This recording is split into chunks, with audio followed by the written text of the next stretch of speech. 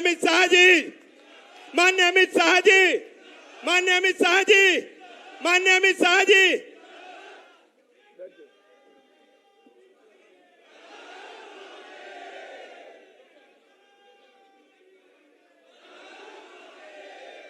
मेरे साथ बोलिए भाई। जी टीवी, अब तुम्हारी कमेंट्री बंद कर दो, बैठ जाओ नीचे, नीचे बैठ जाओ भैया। अरे बैठ जाओ, ऐसा कहता हूं मैं, बैठ जाओ। अरे बैठ जाओ तो आगे आ जाओ।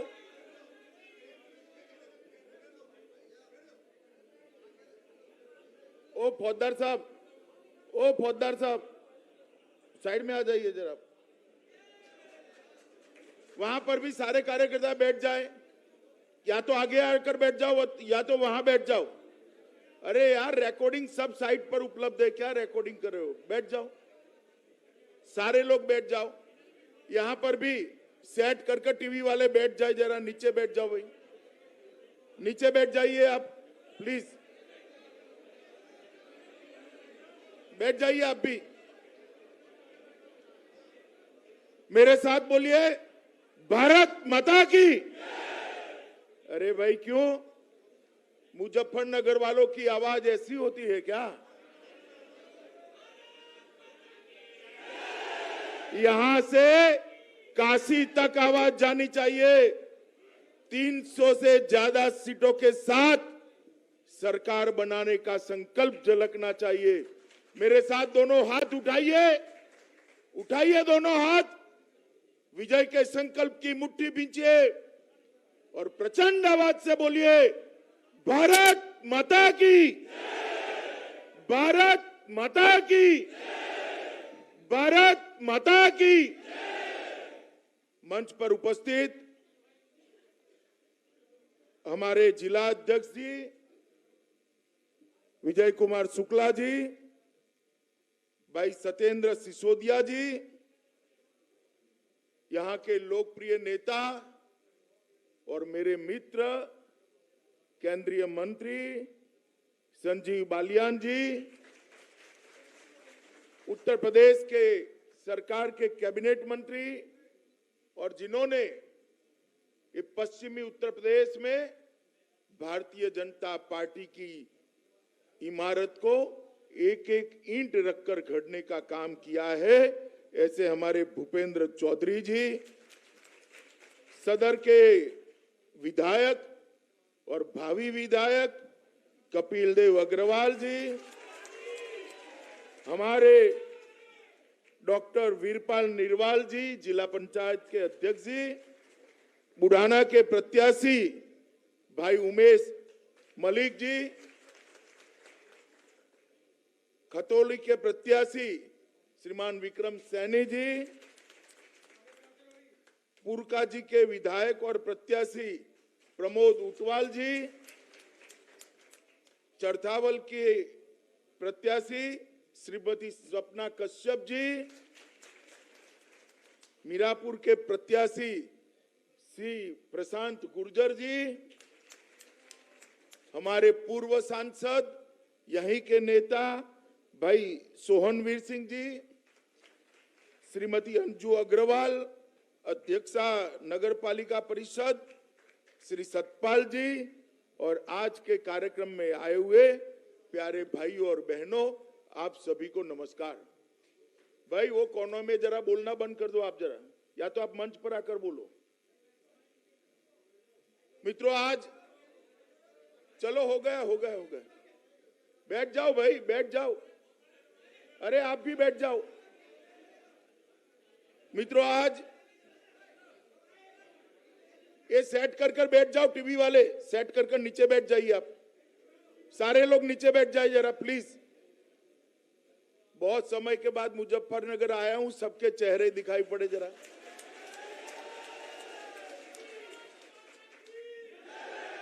मित्रों, बहुत समय के बाद मुजफ्फरनगर की ये वीर भूमि पर मैं आया हूं।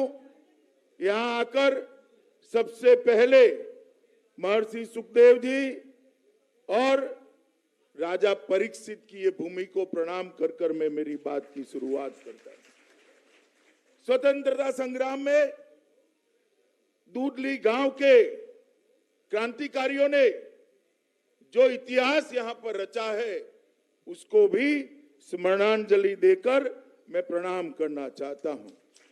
आजादी का बिगल फूंकने वाले आसाराम शर्मा जी को और यहां से ही पूरे देश के किसानों को किसान हित के लिए जागरूक करने वाले चौधरी चरण सिंह को भी मैं नमन कर कर मेरी बात की शुरुआत करता हूं। मित्रों, यही भूमि है जिन्होंने किसानों के लिए सदैव आवाज बुलंद की। श्री महेंद्र सिंह टिकैत को भी मैं प्रणाम करना चाहता हूं। मित्रों, आज मैं मुजफ्फरनगर आया हूं, तब 14, 17 और 19 तीनों चुनाव मेरे नजर के सामने से गुजरते हैं।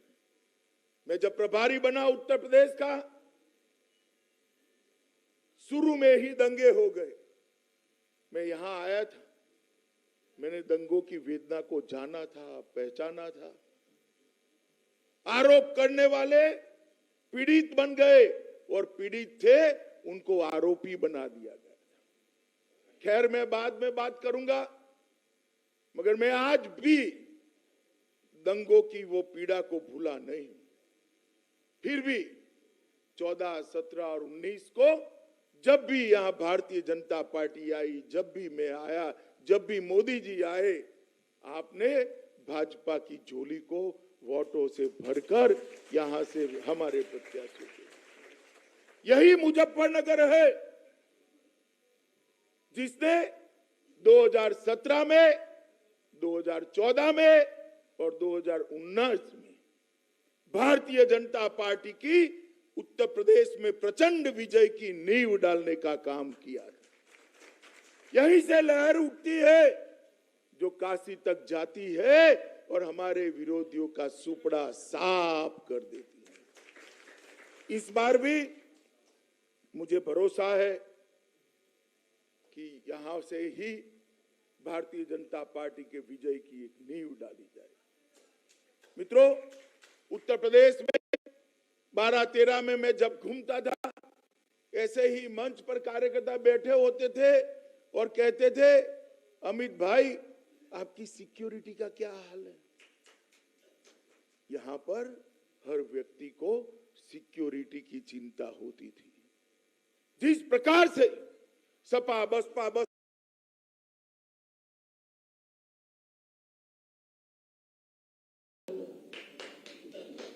यहां पर हर व्यक्ति को सिक्योरिटी की चिंता होती है।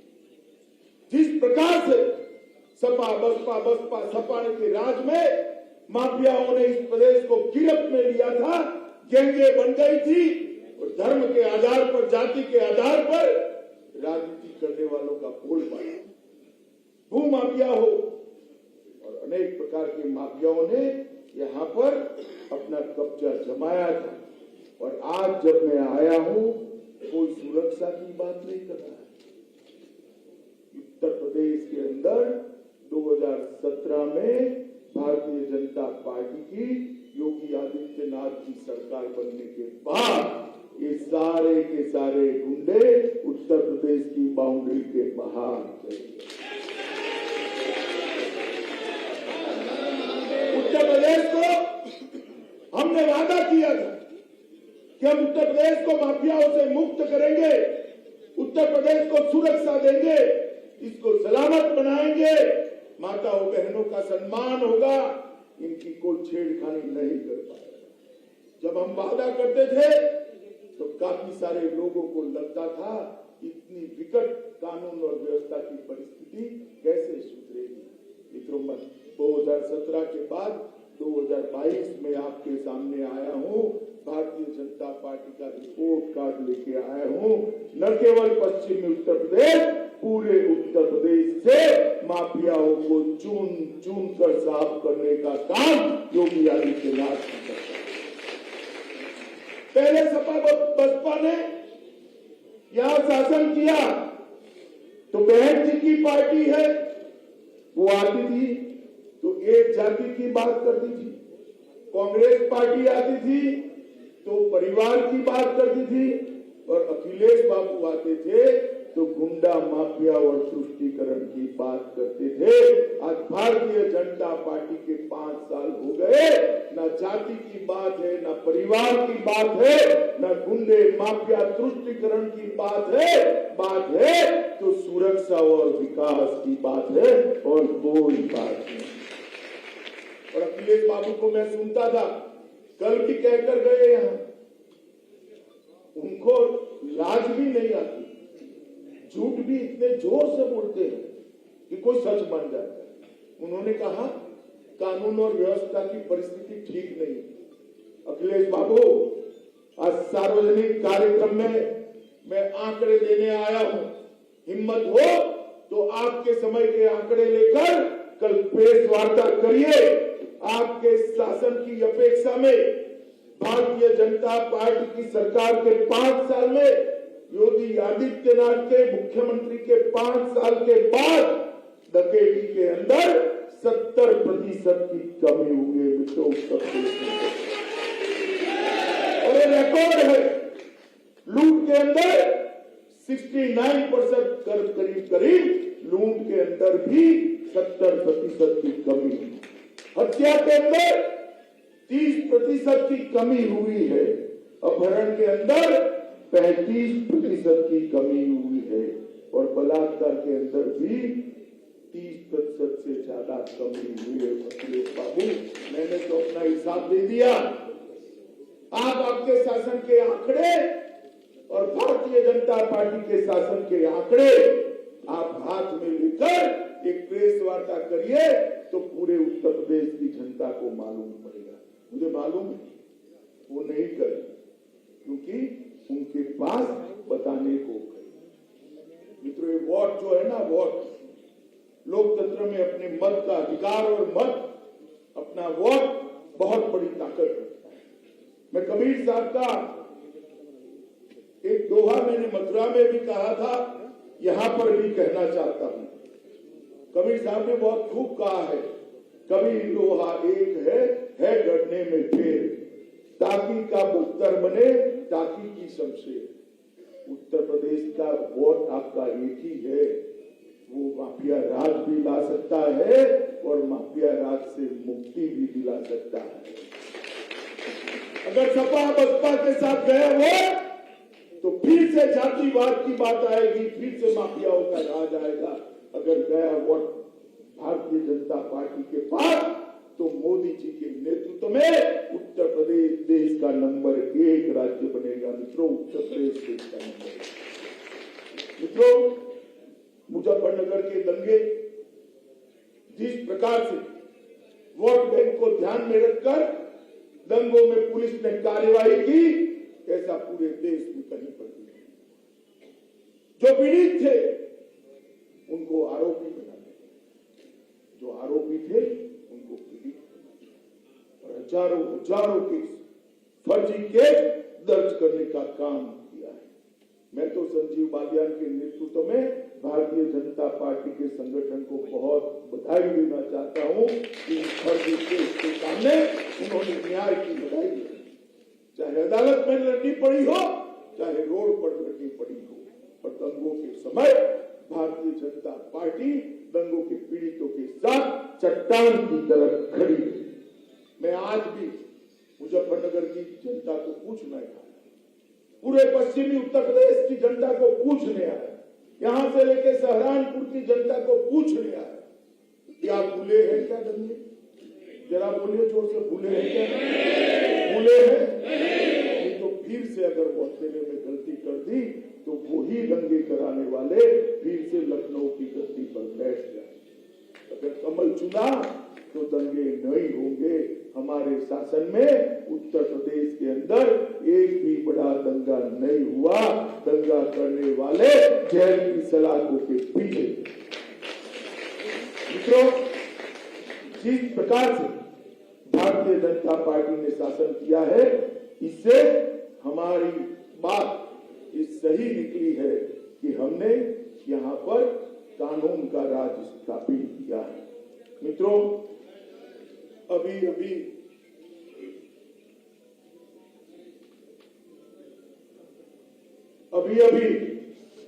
कल अखिलेश जी और जयंत जी की मैंने प्रेस कॉन्फ्रेंस देखी। अखिलेश जी ने बहुत अच्छे से बात की कि हम साथ साथ है, हम साथ साथ है, हम साथ साथ है। वो तो भैया दिखाई पड़ता है आप साथ साथ, मगर साथ साथ कब हो, कब तक हो, मैं बताऊं आपको, काउंटिंग तक। अगर सरकार बन गई तो जयंत भाई निकल जाएंगे और आजम खान बैठ जाएंगे। बैठेंगे या नहीं बैठेंगे बताओ भाई, बैठेंगे या नहीं बैठेंगे? अभी तो जेल में है, अभी तो जेल में है, फिर आप जयंत जी को उनके साथ नहीं देखोगे। अतीक अहमद आ जाएंगे, आजम खान आ जाएंगे। ये किस प्रकार से आप मतलब देश की जनता को अखिलेश बाबू छलना चाहते हैं? क्या ये समझते नहीं है मुजफ्फरनगर वाले? टिकटों के बंटवारे से ही समझ हो गए हैं कि आगे क्या होने वाला है। भाई जोर से बोलो, समझे हो ना? क्या जोर से बोलो, समझे या नहीं समझे हो? आपको यहाँ किसी को मुगालते में लेने की जरूरत नहीं है। सब लोग सब कुछ समझते हैं कि काउंटिंग के बाद अगर आपकी सरकार हुई तो क्या?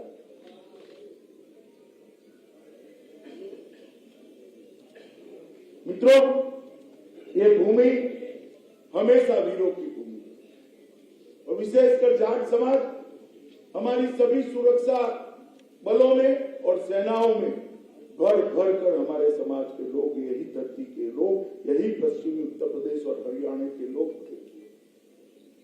कहीं पर भी सीमा में चले जाओ, यहाँ का लड़का आपको मिल जाएगा। मैं तो कई जगह बीएसएफ के कैंप में भी गया, सीआरपीएफ के कैंप में भी गया, कश्मीर गया तो सेना के कैंप में भी गया, सब जगह भी। तो ये वीरों की हमेशा यहाँ पर देश की सुरक्षा के लिए जान देने वाले लोगों ने कभी पीछे मुड़कर नहीं। और भारतीय जनता पार्टी भी देश की सुरक्षा को प्राथमिकता पर रखने वाली पार्टी। 10 साल तक सोनिया मनमोहन की सरकार थी, याद है ना सरकार? याद है या नहीं है? जोर से बोलो। वो सरकार अकेली नहीं थी, सपा और बसपा का समर्थन था उनको। सपा ने भी समर्थन दिया था, बसपा ने भी समर्थन दिया था। 10 साल देश में शासन किया इन्होंने। 10 साल तक देश की सरहदों को, सरहद के उस पार से पाक प्रेरित आतंकवादी आलिया मालिया जमालिया आते थे, देश में घुस जाते थे, हमारे जवानों का सर काटते थे और पैरों से अपमानित थे। अरे दिल्ली के दरबार में जो नेतृत्व बैठा था, ये सपा बसपा कांग्रेस का नेतृत्व, उनके माथे पर छू नहीं रहे, वोट बैंक की लालच में उठ नहीं करते। बदला ले तो बात छोड़ो, आपने कृपा कर दी, 2014 में मोदी जी प्रधानमंत्री बन गए। प्रधानमंत्री बनने के बाद पाक प्रेरित आतंकवादियों को लगा कि ये सब अभी भी हम कर सकते हैं, ये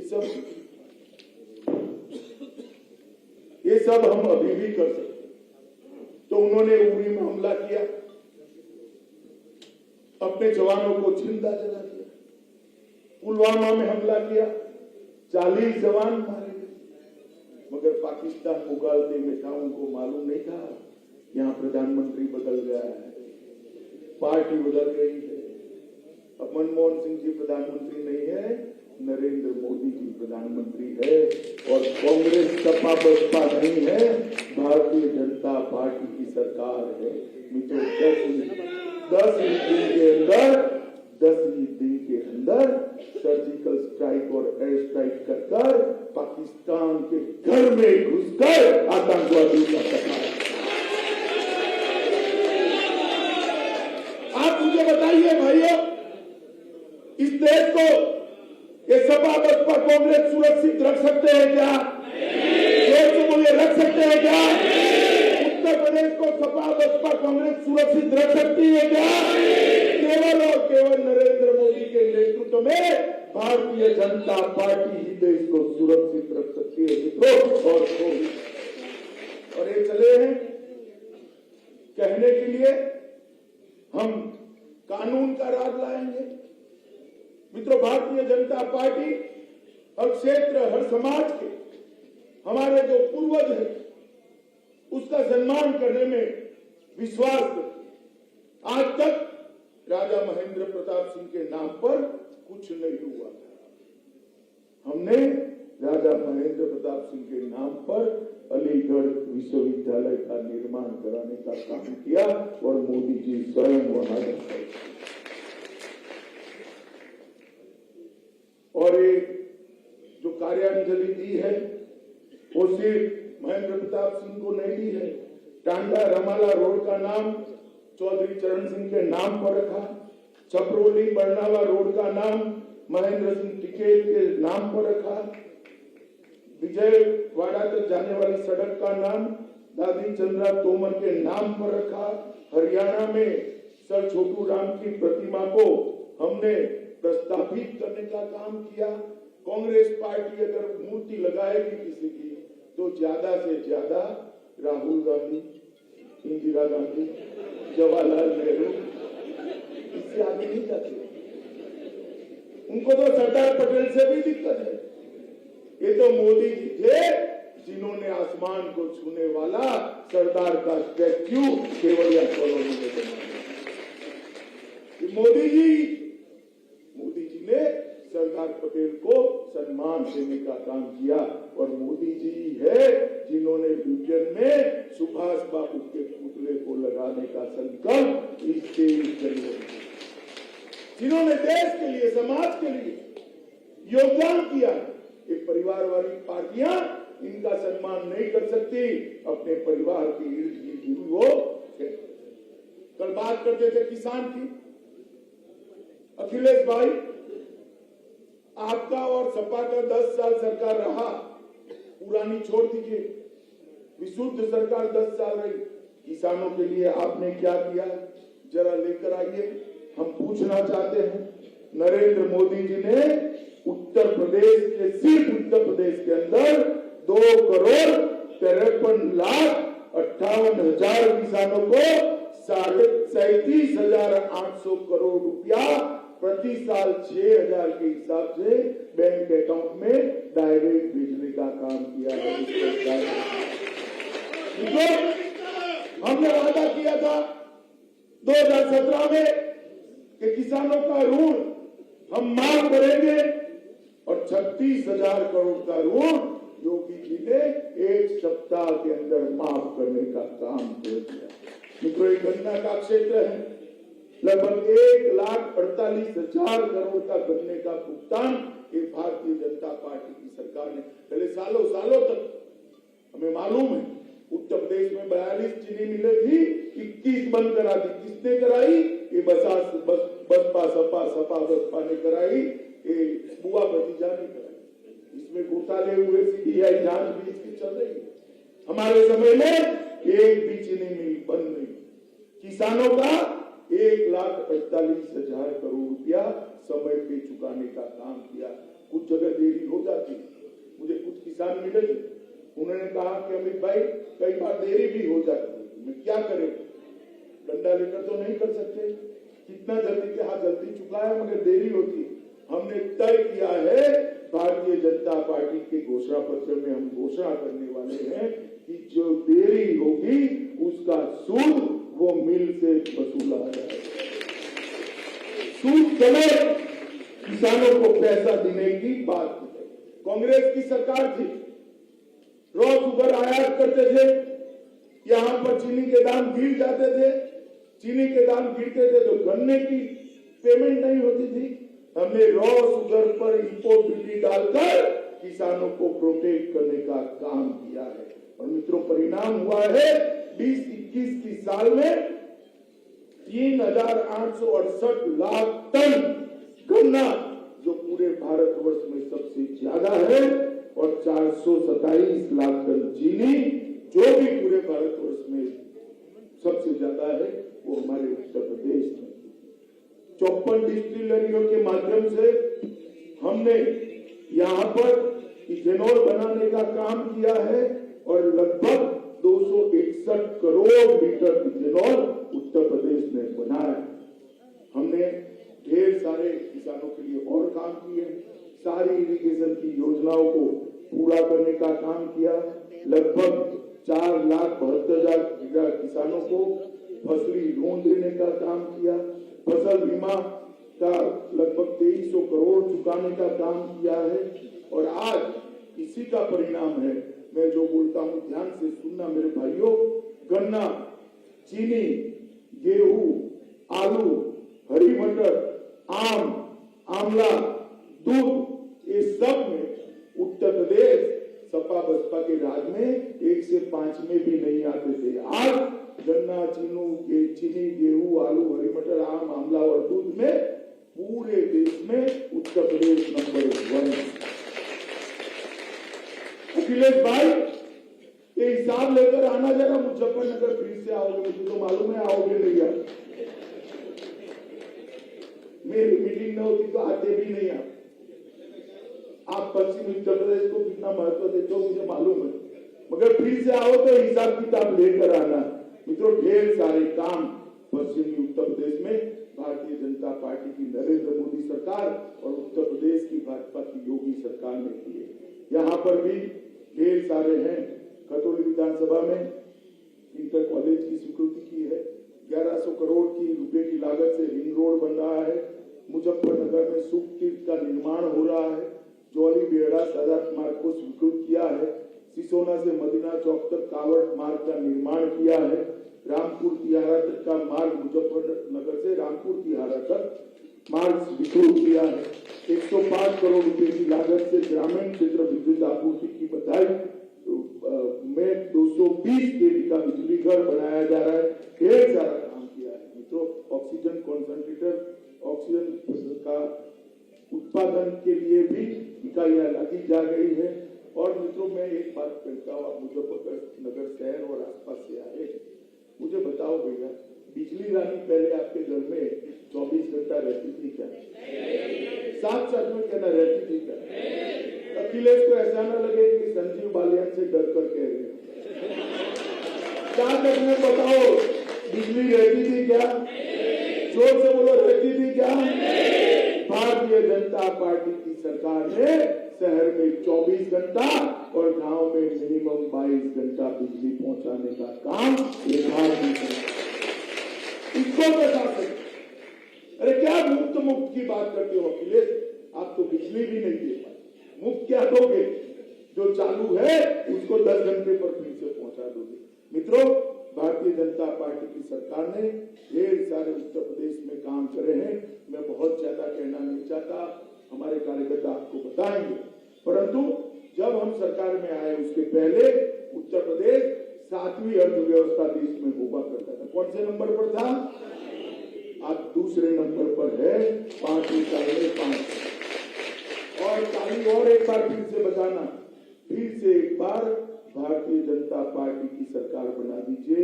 मैं आपको भरोसा दिलाता हूं, 1 नंबर बनाकर हम उसको, प्रदेश का जीडीपी 10 लाख करोड़ था, उसको 21 लाख करोड़ तक 5 ही साल में पहुंचाए हैं। ईज ऑफ डूइंग बिजनेस में 14वें नंबर पर थे, दूसरे नाम पर पहुंचे हैं। पहले 12 मेडिकल कॉलेज थी, अब 40 मेडिकल कॉलेज है।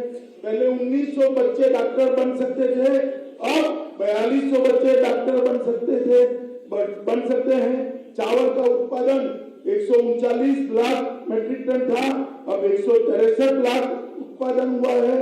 और अखिलेश बाबू, ये आंकड़ा खास सुन लेना, गेहूं और चावल की खरीदी आप धान की खरीदी आप 123 लाख टन करते थे।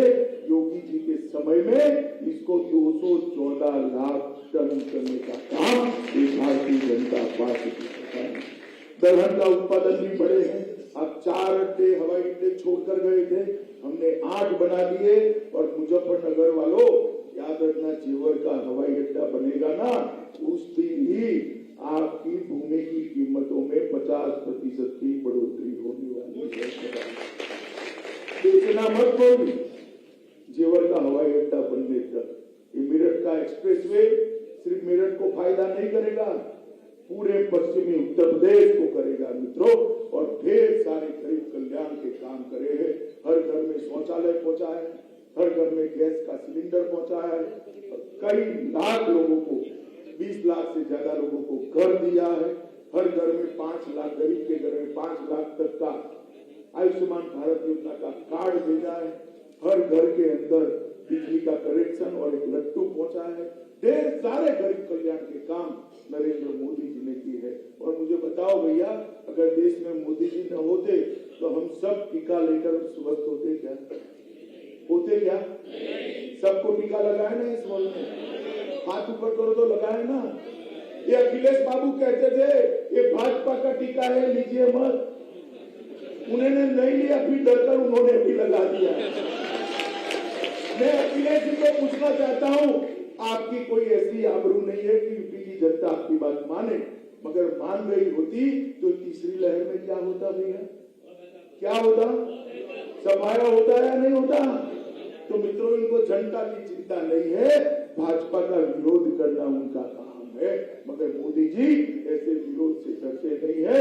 डंके की चोट पर 130 करोड़ लोगों को टीका लगाने का काम करा और उत्तर प्रदेश में 15 करोड़ लोगों को हर व्यक्ति 5 किलो अनाज 2 साल तक देने का काम भारतीय जनता पार्टी करेगी। तो आज मैं यहाँ पर आपके सामने बड़ी विनम्रता से हमारे कामों को बताकर वोट मांगते हैं।